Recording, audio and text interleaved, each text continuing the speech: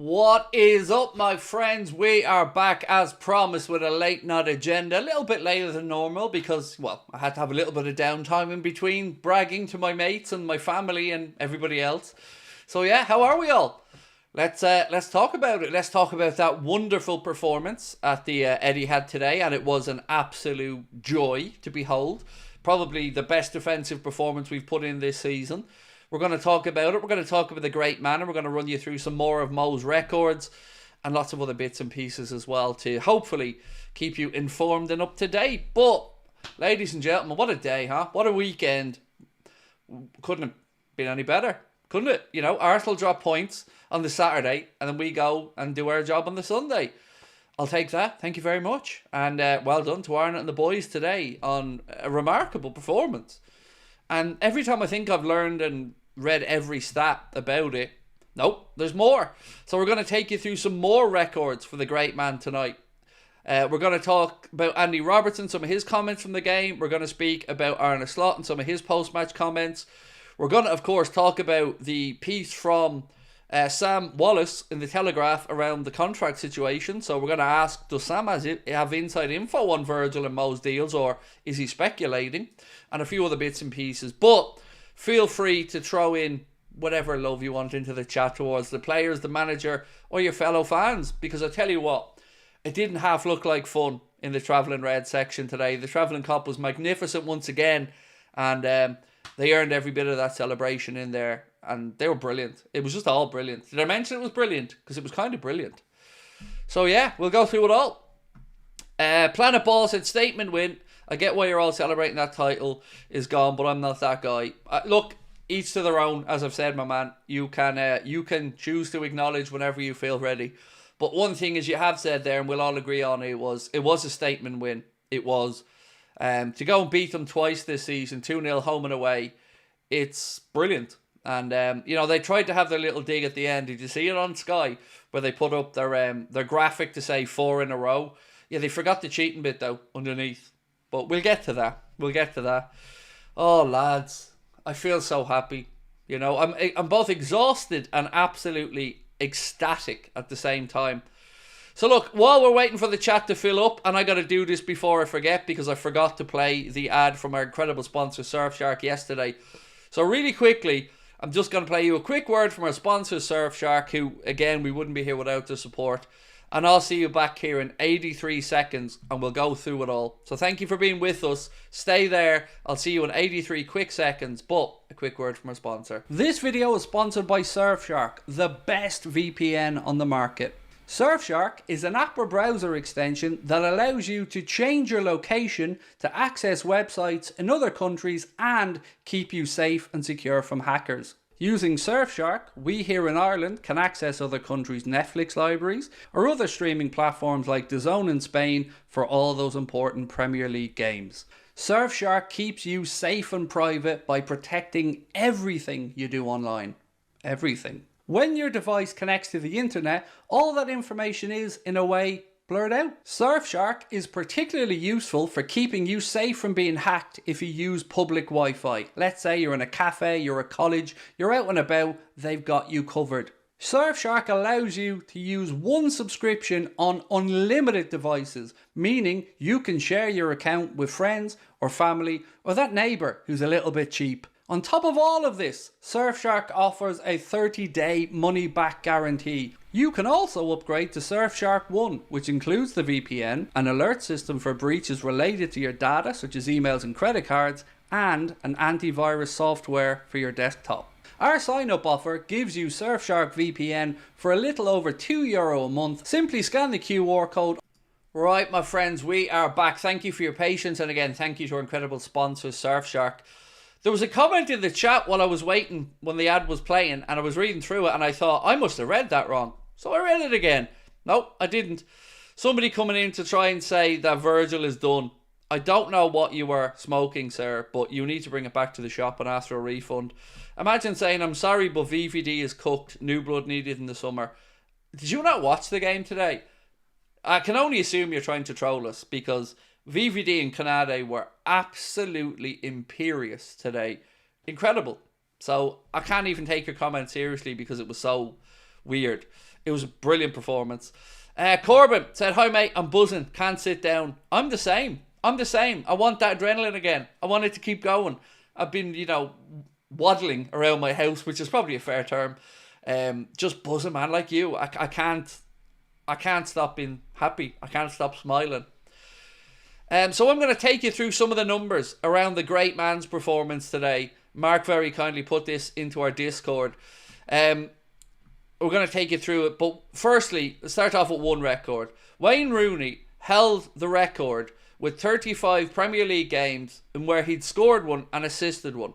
And Wayne Rooney did that feat in 491 Premier League games. Today, Mohamed Salah obliterated it again. Mo now holds the record. He has 41 games that he's scored and assisted in the Premier League. And he did it in 290 Premier League games. A full 200 games less than Wayne Rooney. It just goes to show you the great man is just going from strength to strength to strength. And also, there's more, because he broke a whole load of records today. So Mohamed Salah is the first player in Premier League history to register 40 plus goal involvements in 2 different seasons. Mohamed Salah is the first player in Europe's top 5 leagues to be directly involved in 50 goals across all competitions in 2024-25. Mohamed Salah has now scored and assisted in 11 Premier League games this season, the most by a player in a single season in one of Europe's top 5 leagues since Leo Messi did it in 14-15 with Barcelona. Mohamed Salah has provided more assists in 24-25 than any other Liverpool player has in a single Premier League campaign. Mohamed Salah is the first player in Premier League history to score and assist in both games against the reigning champions in a single season. And Mohamed Salah is the first player to score 25 plus goals and register 15 plus assists in a Premier League season. It's just non-stop. He is a joke, and a good way. Incredible. So, you know the phrase I'm about to say, right? And I think you're all behind me on this one. John, Tom, everybody, pay the man. Pay the man. Because he is on for a Ballon d'Or winning season. And he's just, as Jamie Carragher correctly said on Sky, he's doing Messi stuff. He's absolutely just obliterating it. And he is, without a doubt, the hottest property in Europe. And testament to his brilliance. So, yes, Mo, absolutely incredible. Jay Muse said, "Craig, could we please talk about Slot's tactics today, which I believe befuddled Pep to a degree?" Oh, I'm so glad you brought it up, because, I get sidetracked in all the attacking stuff. But you're right. Arne Slot and his tactics today were phenomenal. And, he won't get the credit from a lot of people outside of our fan base. And to be fair, some sections of the media. But he did, you're right. I think he hoodwinked Pep today. I think he got one over on him. Because when we seen the team selection, we were all kind of a little bit conflustered as to what was going on. But out there on the pitch, we were clinical. We soaked up what we had to. We transitioned really well in attack. It was just brilliant. And to see us be so adamant that we weren't conceding a goal today, and be so adamant that we were leaving there with the win and a clean sheet, it was brilliant from Pep Guardiola. It was brilliant from Arne Slot. The other ball fella out there, from Arne Slot, it was brilliant. It was just an incredible day. That was a performance of champions. Leaving no doubt, go there to the defending champions and beat them at their gaff. And Arne Slot had something to say towards the media, and I wanted to get your thoughts on it. He said, where is it? A couple of days ago in the media, when we drew, people were saying we were in trouble, and now all of a sudden everything's changed very quickly. And he's right. And one thing, people can label a lot of stuff at me, but I've been very consistent in saying I've never doubted that once we got our noses in front like we have, that we were winning the league. Because I knew he wasn't going to let it change. And he finds ways. Even when players are flagging and tiring at times, he finds ways. So you're right to highlight Arne Slot today, Jay Muse. He was brilliant. But I also want to highlight Wataru Endo for coming off the bench for what he did. Because, look, we could pick any of those players today and throw plaudits at them. But I thought the role Turo played was magnificent when he came on as well. Mohamed Salah, Dominic Szoboszlai, absolutely unplayable today. Ruthless, both of them, brilliant. It was just brilliant. And did I mention brilliant? Because it was kind of brilliant. Sean said, Trent is making it easy to watch him leave, to be honest. So, Trent did come in for a lot of criticism today. Not so much from me, to be fair. But I look at it this way. Yes, maybe Trent was dribbled past a bit more than we wanted today. But he was always going to have a difficult afternoon up against the player who's as tricky as Doku is. But there was no end product there. So, whatever happens with Trent happens. I can't control that. You can't control that. We don't know what the lay of the land is. But rather than trying to focus on... And I get you're not trying to focus on it, to be fair, because you're being quite honest and saying you're calm if he leaves. Let's just enjoy today for what it was, which was a brilliant performance in difficult circumstances, away to defending champions who tried to prove a point, and we did the job. And fair play to Robbo as well today. I thought he had a decent game out there as well. So yeah, it's amazing. Now, I want to just bring you to the story that kind of brought us to our title of our stream today. And it's a piece from Sam Wallace in The Telegraph. And if you were joined us earlier on, you probably know where I'm going with this one. So the piece said, the wisdom remains that Trent Alexander-Arnold will leave, while Mohamed Salah and Virgil van Dijk will extend up to 2 years. Now, I don't know if this is guesswork from Sam, and he's trying to just basically say, this is what people think is going to happen, or maybe if he knows something. I don't know. But he goes on to say, Virgil van Dijk may well become the best paid centre-back in world football. European football. World football, same thing. Certainly, Salah's renewal would exceed most contracts for strikers. Actually, do you know what? It doesn't. He's right to say European football, because I forgot that the Saudi League existed, and who knows what some of those lads are on. But Virgil van Dijk may well become the best paid centre-half in European football, and Sam said certainly Salah's contract renewal would exceed most contracts for strikers apart from Erling Haaland. But interestingly, Salah's not a striker. He's a wide player. But I get where they're coming from on that one. Lewis Steele said, interesting that Liverpool possession today was their lowest on record. It shows how well drilled, patient and solid they were defensively, clinical at the other end when the chances came to, a really complete performance against the Man City side who weren't actually that bad. And I agree. City kept plugging away. They kept trying to find a way through. They kept trying to grab a goal and they didn't do it. But I agree with what Lewis Steele wrote there. I thought we were brilliant and we soaked up whatever they threw at us today. And I never felt for 1 second that we were going to let them get back into that game. It was brilliant. And the part he wrote there about well drilled, I'd like to second that as well, because you don't get a performance like that defensively unless every single person knows their role. And they did today, and it worked a treat. Ashley, how are you, my man? Said, today I feel comfortable saying the league is ours. Ali back to his best. Salah being Salah. And great team effort all around. What a time to be a Liverpool fan. I'm with you, my man. I'm with you. Now look, each to their own with regards to when people want to acknowledge we're there. I'm trying to be respectful of everyone's thoughts on it. I'm over the moon, Craig. Up the mighty Reds, said Sean. Oh, dude, what a day. Do you know, Sean, my phone's just buzzing with messages from people. Just all of them absolutely ecstatic about where we are, how well we're playing. It's just incredible. I didn't see such an assured performance coming today. I thought it might have been a bit more nervy than that, but it wasn't. Even with the lowest possession we've had on record, it never felt like that game was getting away from us. It was brilliant. Yeah, just incredible. 1 second. I've got to read something out as well that I promised. I promised that I would say hello to Ian and Corey Kent from Cork. My cousin Ger asked me to say hello to Ian and Corey Kent. So consider it done, Ger, and thank you for watching. Trent got skinned a record 14 times by Doku. But Doku didn't do that, and thankfully. Look, let's not do that tonight.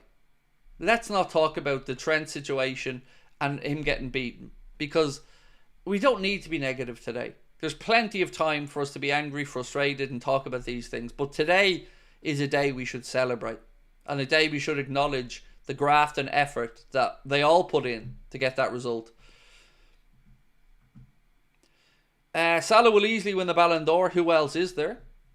Well, he should win it, but you know, the season's not over yet. There's still plenty of football left to be played.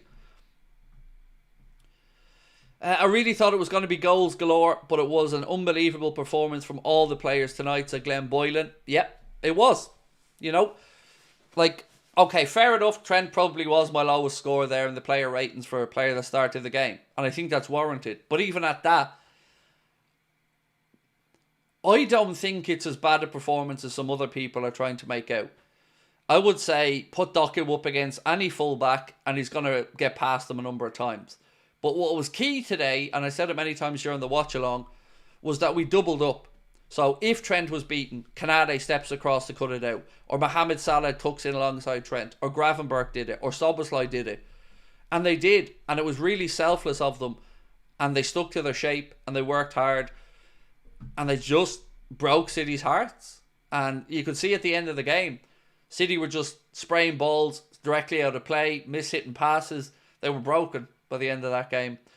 And I wonder if Omar Marmoush had a little thing to himself and think, oh, maybe I jumped the gun, because I could see him in a Liverpool shirt doing bits as well. But we have the king, not the prince, the king.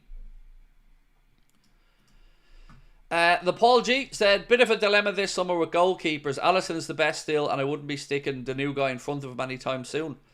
I agree on the goalkeeping department, but the thing is, Paul, I don't know what's going to happen there. I don't think any of us really know. All we know for certain is that Georgi Mamardashvili is coming in the summer, after his loan with Valencia's up, and after that, who knows? You know, we've seen obviously credible links to Kelleher leaving because he's got 1 year to go. Alisson, there's been some stories, but I don't think any of us have a clue what's really going on there. So we're going to have to just trust that they don't do anything silly, which I don't think they will, to be fair. The club will know, you know, to overhaul the goalkeeping department so thoroughly in one window will be a bit much. So let's just wait and see what happens in the summer. Logan said, don't care who played well or not, we won, that's it. I get you, but there was something about that performance, excuse me, Logan, today that, so we beat Wolves, but we felt nervy. We went to Villa and, you know, we were nervy at times. Today felt like everybody in that dressing room walked out onto that pitch and wanted to make a point that this is no fluke, that although nobody has been talking about them as title contenders at the start of the season, they didn't think that way. And thank goodness they didn't. Because, you know, did any of us really expect Liverpool to be top of the league at this point and by a considerable margin? I'd be a liar if I said I did. But I'm so proud that they are. And that performance today was, again, I keep coming back to it, that was a performance of champions. That was a performance that Manchester United would have put in their heyday, or Chelsea under Mourinho, or Wenger's Arsenal maybe. It was just, leave no doubt that you're the best team in this league. And I was so impressed by how disciplined it was, how well drilled they were, and the effort. Did you see the exhaustion on the likes of Szoboszlai when the final whistle went? Had nothing left in the tank because he'd left it all out there on the pitch. Brilliant. So proud. And again, I know I don't know the travelling cop, and I don't know whether they hate me, like me, don't know I exist. But as a Liverpool fan, I'm so proud of them. Because everywhere they go, they absolutely shower support on the players, and they make sure that they're heard. And today, they look like they were having the time of their lives in there, and fair play to each and every one of them, because I hope they enjoyed it as much as it looked like they did.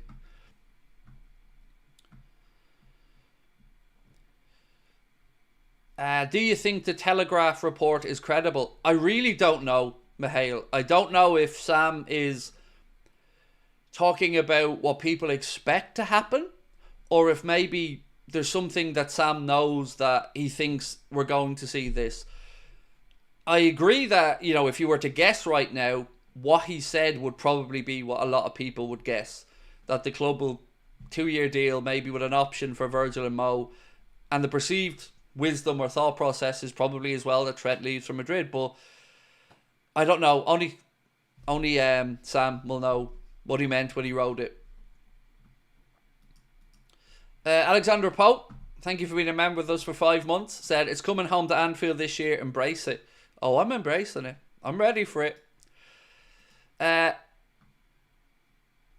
have another super chat to get back to after this one from Rain. But Rain said, Trent did his part. He clearly wasn't instructed to dive in. He showed him into a dead avenue every time. I thought he did well. Love to you in the chat. Thank you so much, Rain. It felt like one of those games today where people were waiting to have a go at Trent. And maybe some people feel it's warranted and some don't. But like you said, there was no damage done, was there? You know, Doku is a bit of a show pony out there, kind of running down blind alleys, like you've said. Thank you for this super chat, my friend. How do I pronounce this one? Bellum. Thank you. Said, maybe they want to finish the season before any serious negotiations begin. Could see another good reason to wait this long. Or, excuse me, couldn't see another good reason to wait this long. Hope that's the case. I mean, ultimately, I just want it done. You know, I just want the contracts done. And whatever kicks that into motion or gets that to the point where it's done, that's all we want as Liverpool fans right now. So, who wants some numbers around the league? Because I'm going to say we're 100% winning the league. Somebody else is going to say, Craig, we're not mathematically there yet, so, you know, come on to yourself. Well, there is some numbers. Opta have put the numbers out. So the win probability, and credit Anfield Buzz, who posted this on X, title win probabilities before and after this weekend. So before this weekend, the Opta analysts had Liverpool at 84.7% likely to win the Premier League, with Arsenal at 15.2%. After this weekend, we'd seen Arsenal lose 1-0 to West Ham and Liverpool beat Manchester City 2-0. They now have Liverpool at 95.8%, so pretty much 96% statistically, according to Opta, for Liverpool to win the league, and Arsenal just a little bit over 4%. That'll do me. Thank you very much. That'll do me. Heavy Metal D is now 98%. You're 2% too greedy, mate. You're 2% too greedy. Did you not see? The boffins at Opta have said it's 96 pretty much. James Delay, always lovely to see you, James. Craig, I'm buying one of your cups so I can pour some champagne in it every time when the time comes. So, I don't know if you've seen this on our intro, but we just added something brand new, and I promised you it was coming, but here it is.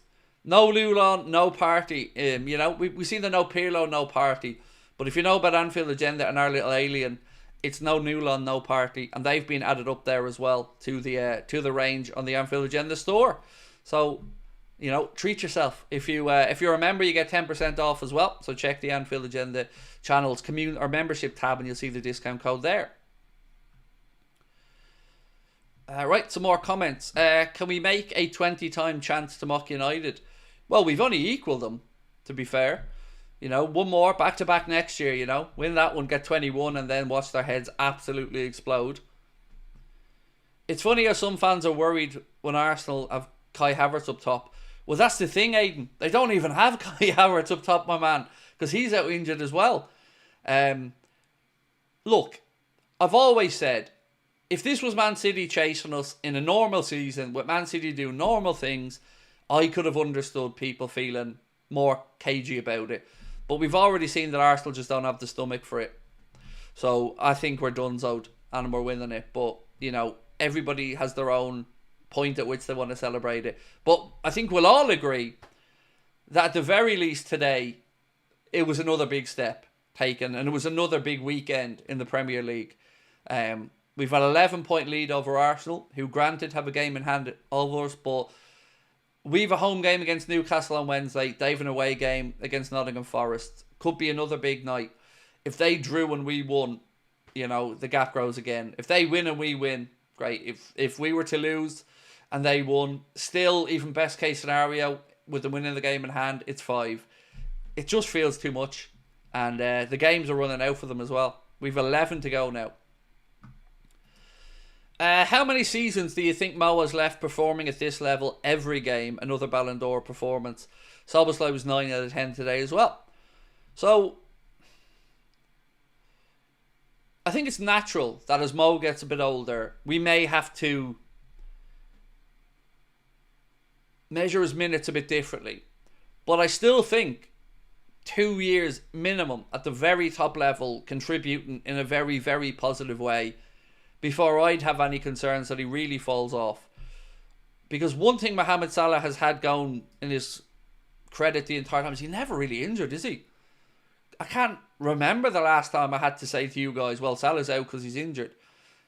And look, I'm also open to the idea that Salah's form this season has been helped by the fact there was no tournament in the summer and that he had a couple of chances to get a breather on international breaks because he wasn't called up. But we also have a weekend off next weekend because we play Newcastle on Wednesday. We don't have any FA Cup games throughout the following weekend because we're out. So we don't play again then till the following Tuesday. 6 days for the lads, and I'm sure Arna will give them a couple of days off before they start preparing for the trip to Paris, which is again another exciting game.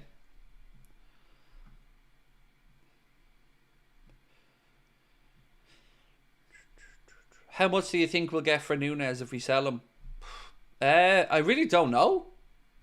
It depends what the market is. So we probably get more money for a Saudi sale than maybe a sale to an Italian club.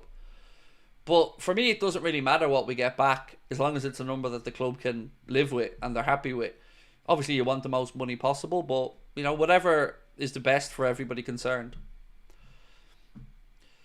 Don't jinx it, man. Jinxes aren't real. You need to stop with this jinxing bullshit. Jinxing is just a way to, again, point fingers of blame at people. You know, if we win, I don't remember everybody coming in to say, well done, Craig. But if ever I say something positive and it doesn't happen, I get blamed for it. I wish I had that much of an influence on football events, but jinxes aren't real, mate. There's just another way for people to let their negative thoughts get the better of them. Don't let it get the better of you. Positivity all the way. Travelling from Sweden to watch Liverpool Newcastle. Oh, what a game, man. And enjoy. That's going to be brilliant. They're usually very entertaining games. We see Newcastle today in their own life and death match there against Forest. They went 1-0 down, then 4-1 up. Then Forest got it back to 4-3. They're currently up into 5th place, I think, in the Premier League table, which would give them a Champions League spot based off the coefficients at the minute. So yeah, it's going to be an interesting battle. And our games against Newcastle are usually tight ones, so certainly not expecting a walk in the park, but you've got to be going into it with bags of confidence after that performance today from the lads, and then knowing as well there's a little breather in there maybe for a few days for them before Paris. Cal with a very good point as well. Big factor is we have 7 of the 11 Premier League games at home. Yep. And one of them coming up again is Southampton. You'd have to imagine that should be straightforward. So if we win our next 2 games, so let's say we beat Newcastle and then the league game Southampton, which is a bit away. Come on, you know the games are you're at a point now where Arsenal are literally hoping we have to play the kids because we're not dropping that many points, especially as you've said, Cal, 7 at home. It's just not happening, is it? The real question is, will Arsenal hold on to 2nd? That'll be an interesting conversation. Love the Anfield Agenda community, said John Power. Thank you, John. Appreciate your support of us, mate. 13 months with us as a member and even longer as a contributor in the chat. Thank you, mate. In your opinion, how possible is it that VVD and Salah both leave in the summer? You'd have to be an idiot, wouldn't you, to not get them signed up. And I mean that sincerely. Like, make an argument as to why you wouldn't give them a new deal. There isn't really one, is there? You can only talk about hypotheticals. So you could only say that hypothetically, you're worried they'll fall off. But we're not supposed to deal in hypotheticals as a club, right? We're supposed to deal in facts and statistics. And the statistics are showing that these 2 men are absolutely fantastic. So pay them and stop embarrassing us. as a fan base, because it's a joke that they haven't been given contracts that are suitable. So I hope Sam Wallace is right, and I hope the piece about 2-year deals and both of them getting a nice pay is right, because they deserve it. They've earned it. Not for what they've done in the past, for what they're doing right now. And that's the important part. You know, and the counter argument is going to be, well, look at what happened to Ozil, Aubameyang. But Mohamed Salah ain't Ozil or Aubameyang. Mohamed Salah's playing for legacy. He's playing for records. He's playing for the record books. He is not going to do an Ozil. Because if it was a money-motivated thing for Mo, he could get more elsewhere. Let's be honest about that. So, get it done. Stop with the silliness. We need to get the contract sorted. Because they deserve it more than anything else. They deserve it.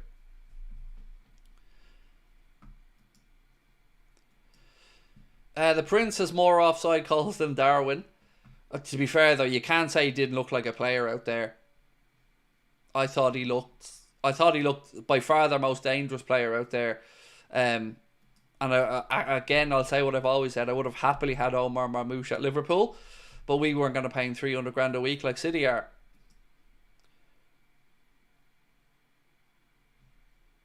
There we go. Salah the best in the Prem ever if he wins the Ballon d'Or. Oh, look, the Premier League's had some good footballers that have won some Ballon d'Ors. But let's just say he's in the conversation. We'll all have our own favourites.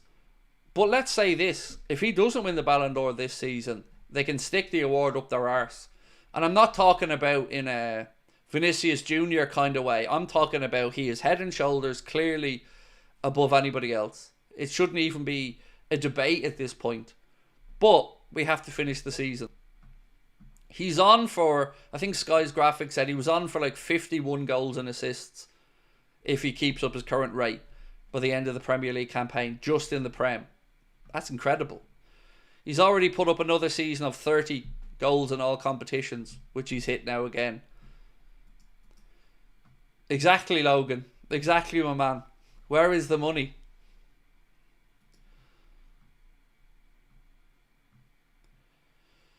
Toe said Henry Rooney. So let's talk about Rooney. You say Rooney's better than him. Well, let's look at the stat that I showed you earlier on, just to kind of say, well, is he? I want to get these numbers back up again. Where was it? Was it this one? This one. So again, I think this is Dave Hendrick. I think this is his account on X. Nostalgia Merchant at Hendrick D82. I think that's Dave Hendrick's account. Said Wayne Rooney, who you're saying was better, had the record for 35 Premier League games with a goal and assist. He played 491 games to get that record of 35 Premier League games with a goal and an assist. Now look, this isn't the only stat we're measuring them from. But Mohamed Salah has now flown past that with 41 goal and assists in the same game in 200 games less than Wayne Rooney. So I think Mo deserves to be in any conversation at this point. And I would go as far as to say, and I've said it before, so I'll repeat it. In my opinion, he's moved past Thierry Henry in the Premier League. That's my opinion. Arsenal fans, of course, will probably think differently. But again, look at the numbers. It doesn't lie. And he's there again, outperforming.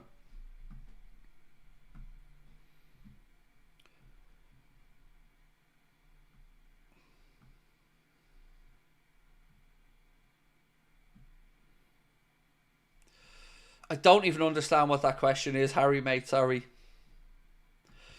Are FSG so cheap they won't offer contracts? Sorry. It's believed that, look, we know that there's been offers to everyone. We've got confirmation of that. But the offers haven't been ones yet that have tempted the players to sign them. So, you know, we'll have to wait and see what happens there. Rooney better than Salah. Who said that? Kicked him out, Craig. Rooney was a brilliant player. God, I'm not trying to say he wasn't. Wayne Rooney was a really, really, really, really good player. But again, I just think Salah again has been underrated by a lot of people.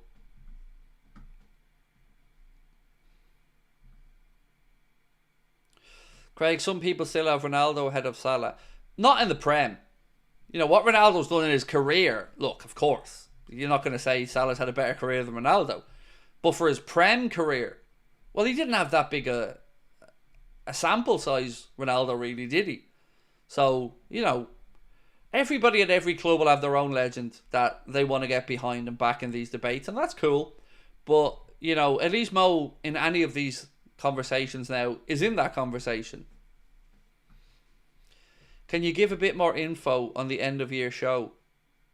What would you like to know? That's a sincere question, by the way. So, the show will be about 2.5 hours long. It's on May 28th at the Hot Water Comedy Club. It's an all ages event, meaning it's open to people of all ages to come along, if you don't mind a little bit of swearing. On the night, we'll have an interview of me by Chris Stonage, firstly. So I'm sure Chris will probably ask for some questions. I told him I don't want to see the questions in advance because I want to be surprised by them. And nothing's off limits, so Chris can ask me anything. Then we're going to have a reunion where myself, Connor, Jack, Steve and Chris are all together on stage for a panel section.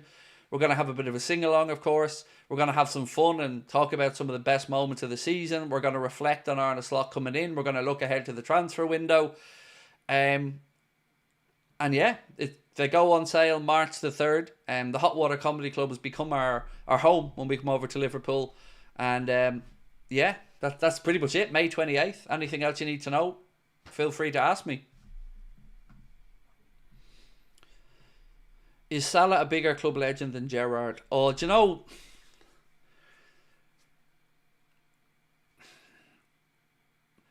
Nobody will ever pass Steven Gerrard for me in my lifetime because he's the guy I idolised, you know, when I was coming, you know, when I was growing up as a man. Stevie was the guy I idolised. And I have him so hero worshipped that nobody can pass Stevie for me. And I'm sure it was Kenny Dalglish for a generation before me or Graham Souness. And I think it's when you fall in love with football and whatever player made you fall in love will always have that place in your heart. So to a younger generation, Mohamed Salah will probably rightly be the best player they've ever seen play for Liverpool. But I don't know if anyone's pushing Stevie out for me because Steven Gerrard was just everything. Like, he was the complete footballer. Had it all. Pace at times when he needed it. Power. The bottle. The desire. The heart. The leadership. Everything. He could grab a game on his own by the scruff of the neck and drag Liverpool over the line. And he's a hero to me. So I can only say nobody will ever pass Stevie in my eyes. But, you know, I'm not saying I'm right. You know, look at the FA Cup finals where Gerrard did it on his own. Champions League final against AC Milan. We don't start our comeback without Stevie G's header. Then he drops into right back at time. Like, he's a superhero to me. I don't even see him as a footballer. I see him as an actual superhero.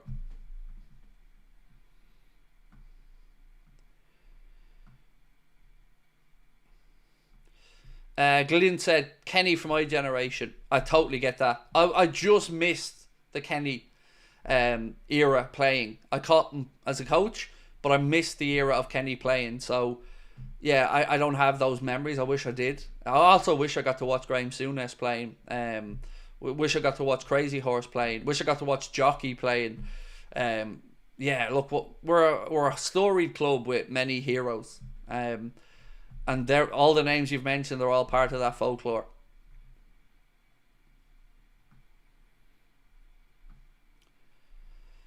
Dom and Mo look buggered after that effort, and they have to do it again against Newcastle, but that's what makes them champs. Yeah, they looked out on their feet, didn't they? I think Szoboszlai even said afterwards he's absolutely exhausted. And you can't blame him, because he left every single thing out there on the pitch. So Arne Slot said, no one saw us as title contenders when we started the season. And he's right. I think somebody put the graphic up of all 40 BBC pundits and former players or whatever, all had their pitch for who they'd win the league and have runners up, and none of them had Liverpool. I didn't have Liverpool winning the league. So what Arne Slot has done, and the belief he's put back into the players, phenomenal. And I hope that football in general doesn't try to undermine what Arna's achieving this year by talking about others failing. Others failing is not our problem. Winning the league is the goal for every team at the start of the season, and we're the ones that'll do it. So what everybody else has done or hasn't done is not relevant. That man has masterminded this and deserves the praise he gets. So for all of my critiquing of Hughes or Edwards or FSG, I will always be eternally grateful for the two managers that they have brought into this club. Jurgen Norbert Klopp and Arne Slot have been two of the best, and we're only at the start of the Arne era, so let's hope he gets the backing that we all want in the market, and who knows what the future has in store. Arne speaking about Mohamed Salah, this is what he had to say. The numbers speak for themselves. He was every time a threat. That probably tells you the quality of a player that he is. It's not easy for an attacker to defend. He gets the ball and then he does something special. He worked his ass off today, and I thought he was brilliant tracking back as well.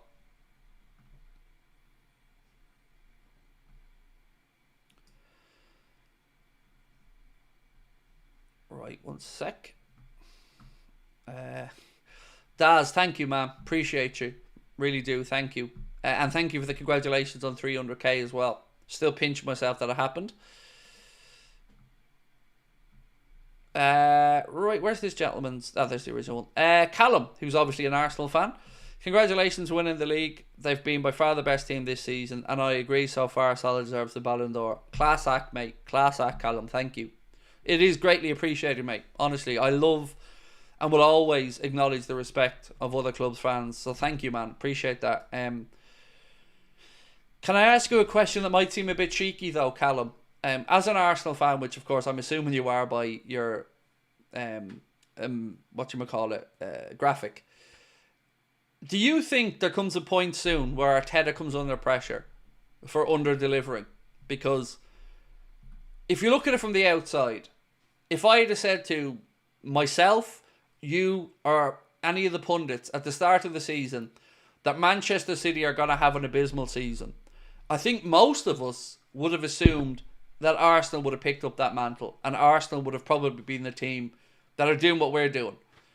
So at what point do you think, as an Arsenal fan, Arteta's tenure comes under a bit of pressure? Because one FA Cup isn't enough, and he's definitely improved Arsenal. That you can't deny that. But I just don't feel like he has, not the ruthless streak, that's not a fair word. I feel like he's got the touch of the Gareth Southgates about him, in that he's overly cautious, and trying not to lose seems to be the goal over trying to make sure you win. I noticed it when we played at the Emirates, and I said it, running to the corner flag with 15-20 minutes to go was wrong. And I think it sets the wrong mentality. And I think that has caused some of Arsenal's downfall. That managerial doggedness of making sure defensively you're solid. But that's not what I think of when I think of Arsenal. I think of expansive, free-flowing, attacking football built on a good defence. Rain said, praying that Hughes is just waiting for the end of the season to get all the contracts done. Maybe players are waiting to leverage. Look, if they've gambled on seeing that the players get on to leverage it, they're going to have to pay more money. Because the smart move would have been to get them tied up a long time ago when maybe a cheaper option was available. Because right now they've picked a time where Mo's having his best ever season, and Virgil's statistically one of, if not the best centre-back in Europe. So if I'm their agent sitting in there now, the price is going up by the day. So I just hope it gets sorted out, like you said. Paul said, love Suarez, footballing genius at times. He's probably the most skillful player I've seen in a Liverpool shirt. Todd, how are you, mate? Another Arsenal fan in the chat. Welcome in, Todd. Lovely to have you in, my man. LFC Robo 26 said, Craig, we need a striker, a left back, centre back and a midfielder. Dream signing, realistic signings. What's your opinion? Right, I'm going to go through the positions. And I'm going to try to be realistic, so bear with me. Striker, I could throw the name Isak out there, but I don't know how realistic it is. So I'm going to say Matheus Cunha or Benjamin Sesko. Left back, it's got to be Kirkes. It just has to be Kirkes. And I'm interviewing a Hungarian journalist, Bent DIJK, on Tuesday, and we're going to talk about Kirkes, Szoboszlai, and a few other bits. So that'll be out on Wednesday. So Kirkes at left back. I also like the Kuiper at Club Brugge. Centre forward, I think the most realistic ones would be Cunha or Sesko, although I take Isak tomorrow. And then centre back, it depends. Do you go Huijsen again to go back to Bournemouth? Do you go Hato? The thing about Huijsen to me, having looked at him, is he needs to fill out a little bit more yet. I know he's only 19, so that'll come naturally. But he looks like he needs to fill into his man strength a little bit. And if you're going to be playing a centre back, I like the idea of him having 2 years to rotate in with Virgil and Canade, get used to it, fill out, work with the Liverpool sports science team and nutritionists. So I wouldn't say no to him. Hato was another interesting one, obviously. And a midfielder. The midfielders where I'm a little bit stuck. I don't know enough about Emery Zaire at PSG, although people tell me he's a workhorse. We know Zubamendi's situation still kind of up in the air. So I don't know in the midfield one, to be honest.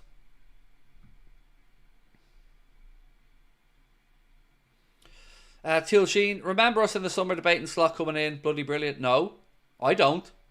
You can say a lot of things about me, but I will stand my ground on backing Arne Slot. From day one, from the second his name was linked to the job and given it, every single stream I've done, I have said, great appointment, back the manager 100%, he's the right choice. I don't credit myself for a lot of stuff, but I have backed that manager from day one because I spent a lot of time researching him and I was convinced. And, you know, I didn't have the information that the lads had when they were making the decision, and they defo made the right one. But yeah, there was no debate for me. I was 100% convinced he was the right man. We all had the Alonso emotional attachment, but, you know, it became clear quite quickly that wasn't happening. Rain said, I meant maybe it's the players who are holding off. It's a risk. Like, think of it this way. By holding off as a player, let's say, worst case scenario, and again, I'm just trying to make a counter argument. Let's say you did your ACL. Well, then there goes that contract. So it doesn't make any sense to me for the players to be the reason it's been put off, because they want their future sorted. These are guys with kids who are in school and, you know, houses that they have. They're going to want to know the stability for their family for the next few years. So I really struggle to believe it will be the players' situation. I think the players would want it sorted and resolved ASAP because of their family lives and stuff as well. It's beginning to feel a slot like 29-20.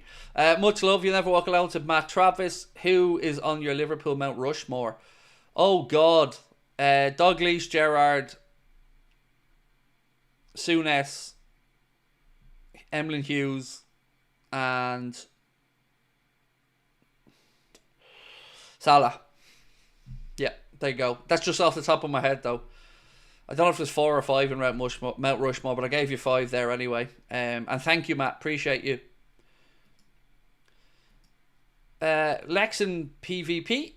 Hey Craig, congratulations on the title. I'm an Arsenal fan, but I respect Liverpool a lot. A really good team. Thank you so much. That's greatly appreciated. I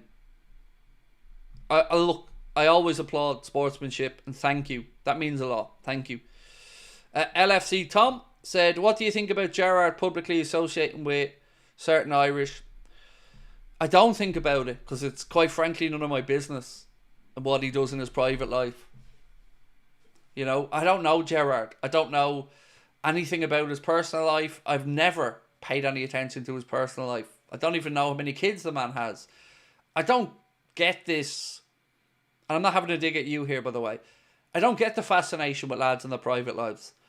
I support a football player, and I want them to play well on the pitch. What they do after that, as long as it's not breaking any laws, they're their own people. I want them to have a happy life, and I want them to play on the pitch and do well. After that, it's not my concern. So yeah, I don't think about it. And I mean that sincerely. I'm not trying to give you a cop-out answer. I absolutely just pay no attention to it.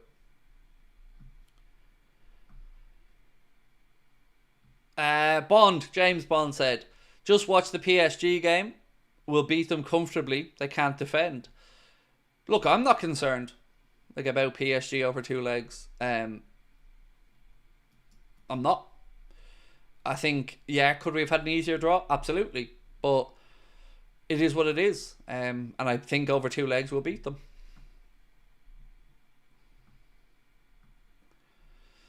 Craig, you should hire a Premier League replica trophy because we've won it and everyone's take a pic with it. Hire it. I should buy it. I'd love to. I've not been able to find a proper, good quality Premier League replica trophy.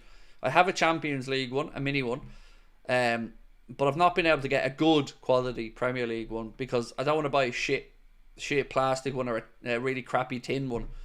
I don't mind paying a few £100, like, but I've not been able to see one.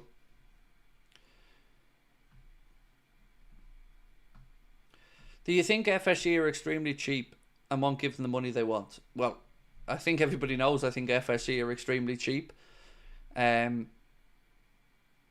Look, whatever else I think or you think, the fact of the matter is, like I've said many times, we knew this situation was coming when Richard Hughes came into the job, and every journalist, publication wrote about the contract renewals being his top priority, number 1 on his inbox and his to-do list.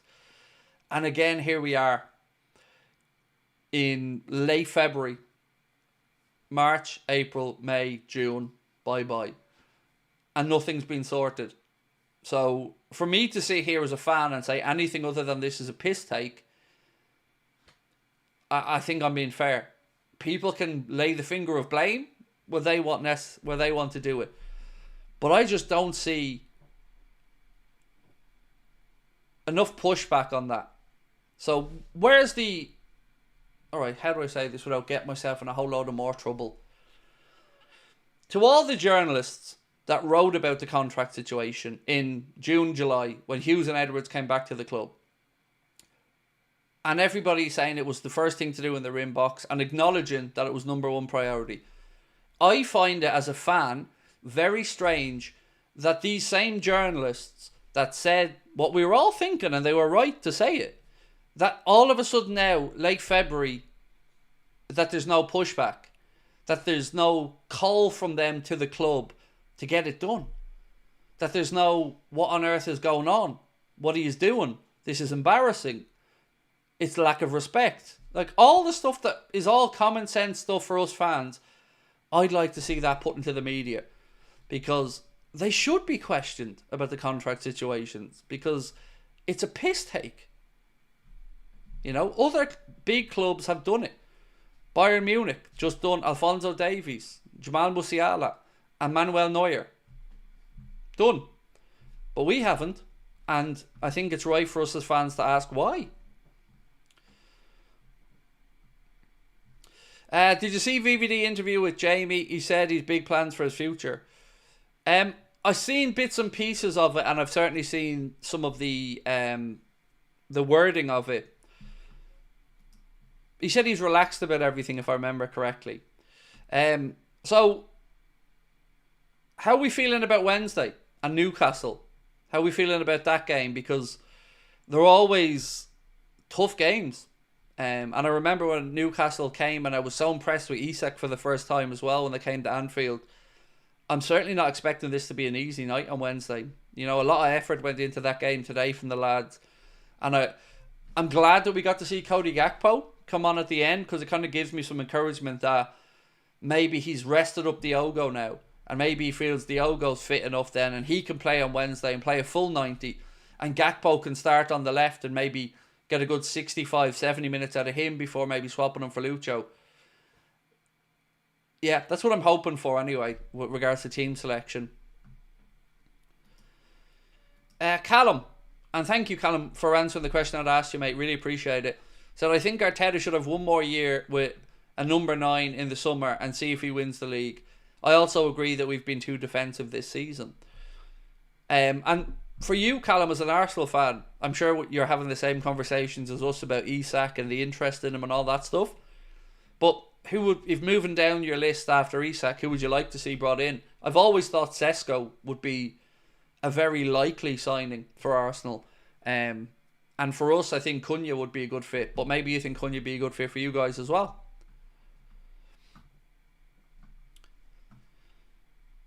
It's going to be a high-scoring game for sure, said Irfan. If on Wednesday Liverpool lose to Newcastle and Arsenal beat Forest, will I be saying maybe the title's back on? Me, if that aimed at me or the Arsenal fan? Because if it's aimed at me, no. There's nothing that can happen that's going to make me feel like we're not winning the league now. Nothing. Nothing. Nothing. Nothing. Nothing. I don't know what's going to happen Wednesday, but I know we both have difficult games. And thankfully, our one's at home, and I'd rather have it at home. Would I go to the parade in Liverpool? I won't be able to because I'm going over a few days later for our show. So the parade will likely be on Monday the 26th of May. And our live show in the Hot Water Comedy Club is on the 28th of May, 2 days later. So I'm hoping to do my celebrating with everybody at the Hot Water. And look, I have one eye on the Champions League final as well, because that's a few days later. So I hope that we can celebrate a league title win, and who knows, maybe even look ahead to a Champions League final. But either way, what a night. Hard Tackle said, parade, what the hell? What you don't want to parade a league title, no? Because it seems very common sense to me. The lads didn't get to do it when they won it under Jurgen because of COVID restrictions. So it feels like this has been something that the city's been waiting to really celebrate with the players. And I certainly wouldn't begrudge the players that adulation that they deservedly have earned.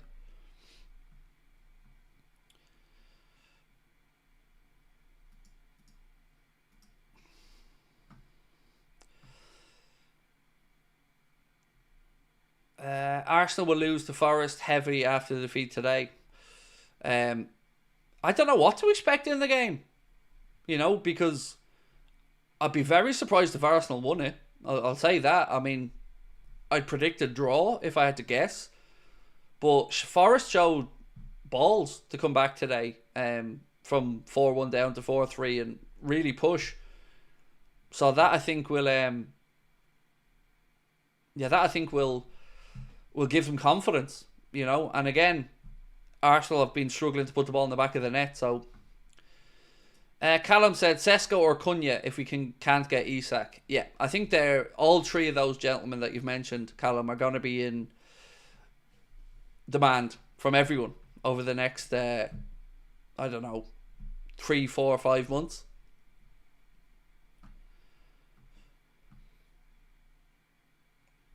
Dave said, don't you think Jurgen should be coming to the parade and have a seat on the bus? I think Arne said he's welcome at any point to the AXA to watch a game. You know Arne, Jurgen like I do. It doesn't strike me as the type of thing he'd want to do, because he's had his moments. He's had his parades. He's had, I didn't get the league one, I get you, but it's Arne's team, and he very kindly welcomed Arne in with the song and the way he did it at the last game of the season. And I don't think he'd want to be there, to be fair. I think he'd feel like he's undermining Arne. As much as I believe Arne would welcome him there. But, let's wait and see. Klopp only won one Premier League, but we wouldn't be here winning this one if it wasn't for his rebuild last season. Much respect to him. Absolutely. To not acknowledge the players that were brought in, like Gravenberch and Szoboszlai and McAllister, would be foolish. They've played huge roles, and Arne has continued on the great work from Jurgen.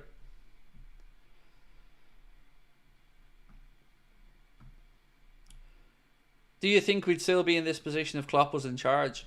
I don't know. I haven't got a clue, because let's say Jurgen stayed in charge. I don't know if the summer transfer window would have been different or the winter window would have been different. the contract situation might have been... I don't know what to have expected, but I certainly feel like the way the league has gone, that we'd be challenging at the top of it, because it hasn't been a season where anyone's run away apart from us with a huge points tally. So I think we'd be there or thereabouts, but we'll never know, you know. And I'm grateful for every year we had with Jurgen, and every season that we got to watch Liverpool play football with him as manager. But it's now Arna's time, and I'm excited to see what he can do.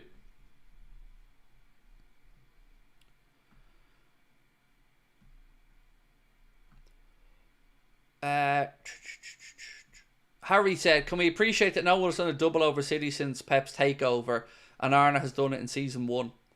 And while we're acknowledging doubles, Mohamed Salah has done a first as well, not just with City but with any defending champion. Salah has scored and assisted home and away against the defending champions, which is a first as well.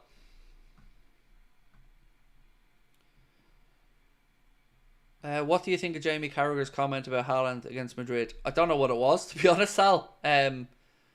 Yeah, sorry, man. I don't know what it was. I really haven't had much time this week to pay attention to anything non-Liverpool related. I've been so busy trying to make sure we've everything sorted behind the scenes, plan for the shows. Yeah, it's just so busy.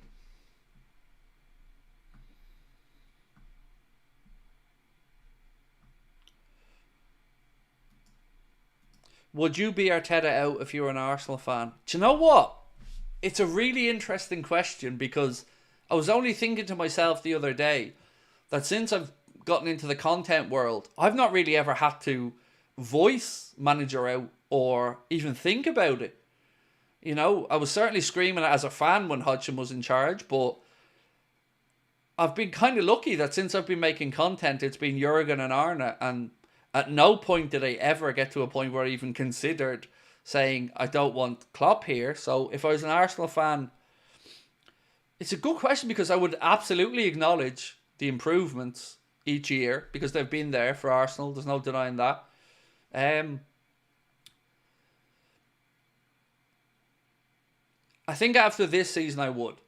I think if I'd looked at this season, if I was an Arsenal fan and I'd seen what Liverpool have done, and the fact that City weren't the beast of old and they didn't capitalise, if that was my team, if I was an Arsenal fan, I think this would be the season where I would start to be more vocal about Arteta's job being under pressure. I can see a world where I would acknowledge that.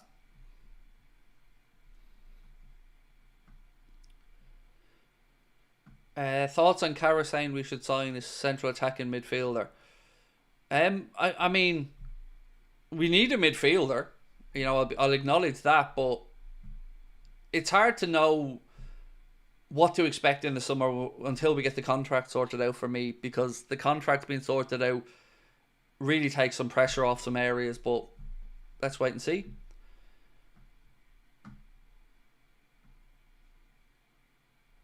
Connor said, I think if you're an Arsenal fan, you'd be asking, where's the money, Stan, after not signing a striker in January? Well, to be fair, I'd have a bit of a cheek asking where's the money if, you know, after the money spent on the likes of Declan Rice and that, and a 700 million spend or something like that since Arteta's come in. But I'd certainly have lost me shit over no striker being brought in. Yeah, I can definitely see a world where if I was an Arsenal fan, I'd be screaming about that, because it was so clear they needed it and they rolled the dice. And for them to have not done it in January, I found astonishing. For Arsenal to have not got a forward in January. Genuinely, they'll regret that, and their fans will regret them not doing that when they look back on this season.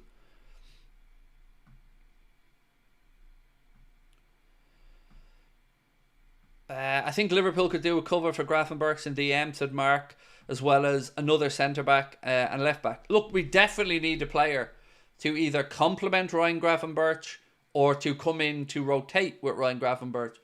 I've no doubt about that. But what I don't know is, does Arne Slot look at Stefan Bajcetic and think to himself, there's the guy that I'm going to turn into Ryan Grafenberg's 2.0? I don't know the answer to that, but if he said that was the guy, I'd believe him and I trust him. I just know in the current squad, There is nobody that can do what Gravenberch can do. Endo has his own unique way of playing the position. He's a combative midfielder, but he doesn't have the touch and the way to let the ball roll across his body and transition as well as Gravenberch does. So, I'd be very calm if I heard Arne Slot say, Stefan Bajcetic is my guy. He's the guy who's coming in to be that extra body. Honestly, I wouldn't complain about that. So until we know that situation, it's hard to really know what to expect in midfield. We know left back needs to be sorted. There can't be a debate about that anymore. That has to be sorted. Centre back, we're already a body short in my opinion. And I wonder what's going to happen with Joe Gomez in the summer. If he's going to look around and think, I need to move on. So outside of that, it's the centre forward position. Sell Darwin, bring somebody in. I want to know what everybody thinks Slot's going to do with Diogo Jota though. Because I'm unsure what to expect there around Diogo Jota's future. And Luis Diaz's future.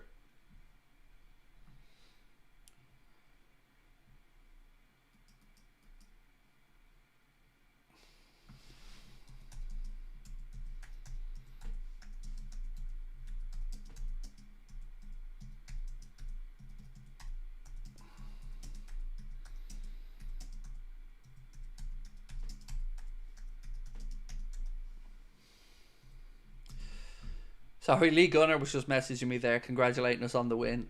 Like the class act that he is. What about Endo? I think it feels like Endo's earning the manager's trust more as the season goes on. So, who knows? I think with Endo it might come down to if an offer works for him and his family. I don't know. I heard Arsenal won Jota in the summer. He'd be a banging player for them. But I don't think we could let Jota go to a Premier League title rival like that. But he'd do bits in an Arsenal team. He'd score goals when fit.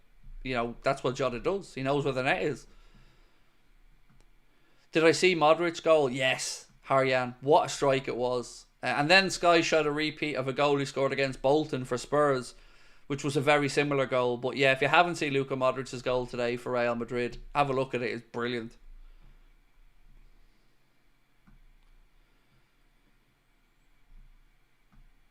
Craig, do you think Arne Slot's opinion on Endo has changed? Seems to be getting more minutes, especially to shut up games. Lee Gunner's one of the best Arsenal fans about. Tells it like it is. I agree on the Lee part, absolutely. And I can't wait. I'm meeting Lee in Spain next month. Can't wait to spend a couple of days with him. I think he found a way to utilise Endo more is probably what I'd say there. Endo's our new Jimmy Milner, the closer, as I like to call him.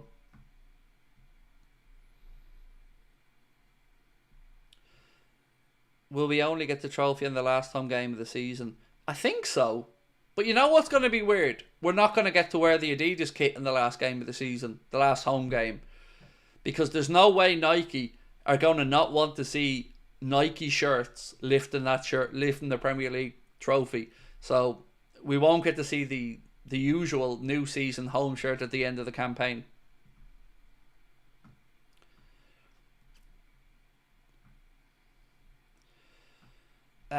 Nathan, how are you, my friend? Said, hey Craig, do you think when Bradley is back he starts over Trent? Trent's been off the pace for a while and is clearly on his way out.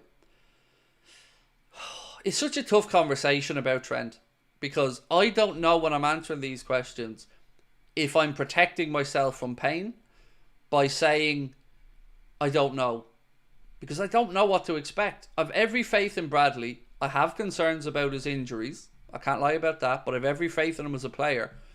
And I don't know how I feel about Trent. I don't know. I can't get a read on him. And I don't know how I'm going to feel until whatever happens. So I'll feel very frustrated if he leaves. I'll feel frustrated not really so much at him, but certainly more so by the club for letting this situation happen. Because if you're going to lose a player like Trent, you want to lose him for a load of dough, and it's all profit then because he's an academy graduate. To potentially lose a young scouser in his prime for nothing, just that is what stings me more about the situation than anything else. That's not my money, obviously. Craig, we have to thank Arne Slot. La la la la la. Yeah, we do. You know, it's just proven again, bald is better. Bring in an Anfield Agenda lookalike and you win the league. You're welcome. So, John, as much as you and FSG don't like me, you know, you've brought in a manager in my honour. Look what's happening. The fact that I'll never do a video with Arne Slot is a travesty to mankind. You know? Just imagine it. Me and Slot. You know what I mean? Huh? You get a Spider-Man gif. You know? It's content the world needed to see. But won't.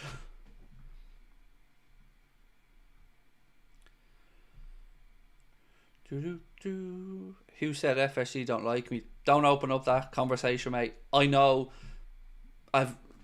People in the chat know. We've discussed this many times.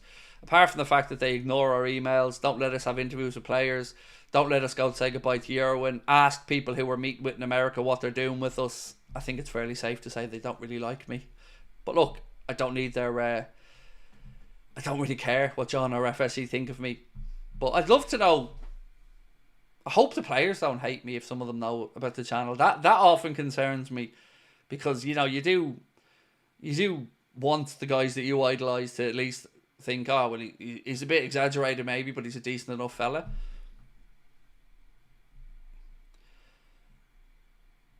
Corey, hey Craig, was with your Uncle Jerry in Cork today. Couldn't believe you were his nephew. Small world. I only mentioned you guys earlier on, Corey. Jer asked me to say hello to you both. So, hello, and yeah, Jer's my, well, he's my cousin technically, but I call him my uncle because of a bit of the age gap between us, but Jer and Yvonne are absolutely sound. I love them to bits, and yeah, it was nice that you guys met them, Corey, but I promise you, Jer sent me a message. I'll read it out to you now. Where is it? He said, Craig, son, can you put out a mention when you're speaking for Ian and Corey Kent from Cork, from Uncle Jerry?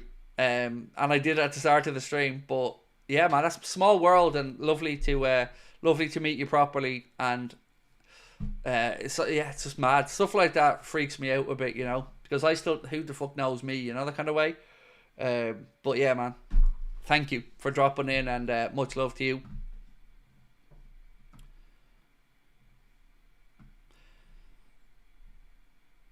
Craig, will you be flying to Liverpool? As I've said many times, our show at the Hot Water Comedy Club is May 28th. So the parade is likely going to be on the Monday. So the last game of the season's on the Sunday. So the parade will probably be on May 26th. So I'm in Liverpool on May 28th for a show at the Hot Water Comedy Club. So that'll be my celebration. I won't be over for the parade because I'll be preparing for the show. So yeah, I'm going to do my celebrating with everybody, hopefully at the Hot Water. I couldn't think of a better way, you know, to celebrate it with our own community in a venue I love, in a city I love. It's going to be brilliant. I can't wait.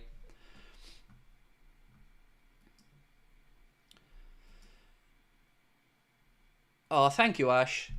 That's so kind of you, man. You're going to make me blush.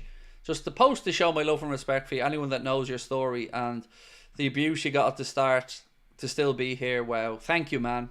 Man, that means a lot.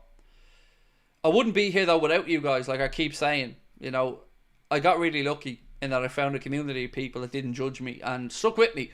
Like I've always said, Ash, I understand 1,000,000% how anybody can see a clip of me and think I'm an asshole. I have no problem with that. But all I ever ask people is to come in and give us a chance. You know, don't watch a 10-second clip of me. Come into a stream, spend 20 minutes with us, and then tell me what you think. And I think most people that do that see that, yeah, I can be a bit cheesy, I can be a bit over the top, but it's because I really care. And I'm trying to be a welcoming, kind-hearted person, because that's all I've received from you guys on here, so I try to repay that back. But I don't suffer fools, and I don't suffer disrespect to anyone. So if you come in, like I always say, and show me and my chat respect, you'll only ever get that back. But if you come in and act like an asshole, best of luck, off you pop. Credit to Slot, but I'd love to see Klopp lift some more silverware. Klopp really built a new Liverpool. The club was in a bad place. I couldn't agree more. Jurgen Klopp is the reason this club is back where it is. people can give credit to the owners, and they do deserve credit. For all of my misgivings and frustrations with the owners, I've always been consistent in saying they've done lots of good stuff. You know, lots of good stuff. I'll always acknowledge that. But yeah, Jurgen is it. That decision to get that man the job and let Jurgen do what he did restored us, woke us up, put belief back in the city and the football team, built a connection that's very Liverpool centric to a manager and the supporters. And it's just, as cheesy as it sounds, the phrase doubters to believers couldn't better summarise what Jurgen did.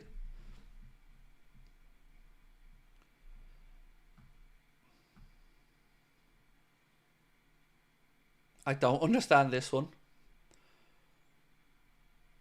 I know what that means, Logan. Sorry, man, I don't know what that means. First clip I saw of Craig was him saying Hendo's better than Scholes. So, yeah, that was meant as a tongue-in-cheek thing for a video shoot I was doing with 888 Sport. And I said he's nothing but a ginger Mark Noble. Paul Scholes. Did I mean it? No. It was a bit of bait for a video shoot I was doing with 888 as I was trying to establish myself. And look, when you're in the content world and you start to try to make a name for yourself, one of the options that most people go to is shock and awe. But thankfully for me, I copped on really quickly that shock and awe doesn't work long term, because you have to keep becoming more and more shocking. So I went a different angle and I stopped doing those shoots altogether. I said I don't want to do any more of them. I don't want to be typecast. I want to be me. And then I set about finding out what me was. And I fell into the trap of thinking, right, I'll just put myself out there and be open and honest and see what happens. And my life changed like that overnight. So I don't regret doing these things. I don't regret that video in particular, but it wouldn't happen again if I did it now.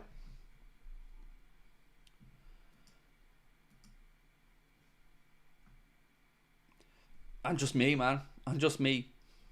That's all I can say. What happened to the Clipster guy from earlier? I know Connor reported it. That's all I can say to you at the minute. See, I know people don't believe me when I say this, but I'm deadly serious. I don't have a login to our Twitter, to our Instagram, or to our TikTok. And it's designed that way because it just, my mental health deteriorates. So I don't have anything to do with any of those accounts. Sometimes I'll say to Connor, post this for me. And I'll give him an idea and I'll say, post that for me, please. But I stay away from them because I don't need social media in my life. I hate it. So I don't know what happened after Connor reported him. All I can say is he was reported. What do you think would have happened if Ancelotti was chosen instead of Jurgen? Ooh, God. It's a good question, Mikhail. I don't know. But I do remember at that time, and I'm not going to try to rewrite history, I remember thinking to myself, Klopp's the priority, Klopp's the number one, but if it was Ancelotti, I couldn't have said I'd have been displeased. I wouldn't have been. If Carlo Ancelotti had taken the job, I think I'd have been, as happy as I was when Jurgen took the job, because you're still talking about an incredibly decorated manager. Don't know how it would have worked out. Don't think we would have had the longevity of Klopp, but I'm not going to lie, I would have been happy at the time.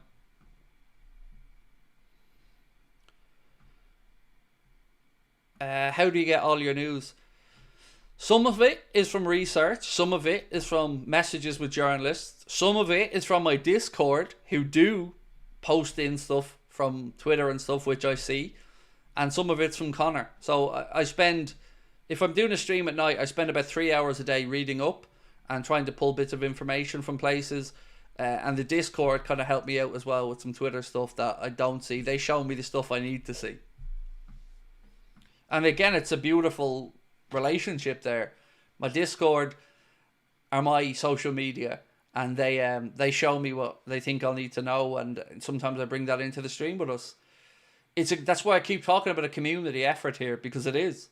I couldn't do all of this without my moderators, without the Discord, all of it. It means the world to me. So, before we start to finish up, a couple of quick things. A reminder that we just launched some extra stuff on the Anfield Agenda store. No Newland, no party. Also, of course, we're being brought to you tonight with thanks to Surfshark, so don't forget to check out Surfshark's fantastic offer. And yeah, I'm going to start to wind down now and get a recap news video ready to go out. And we'll see what the next week or so brings. A couple of quick super chats to say thank you to before we finish up. Josh Rimmerman, thank you. Appreciate you. And Callum again.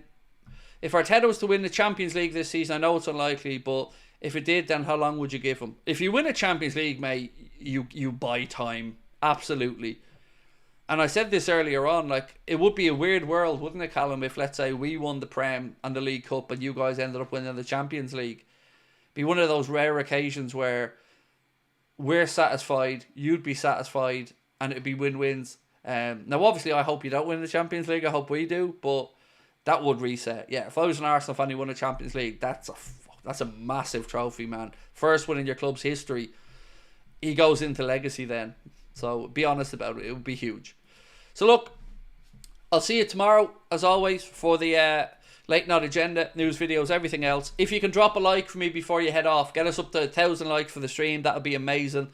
And again, thank you all for joining us tonight again. Appreciate you, and we'll see you tomorrow. Much love. Bye-bye. Don't forget, hit the like button before you head off. Talk to you soon. Bye.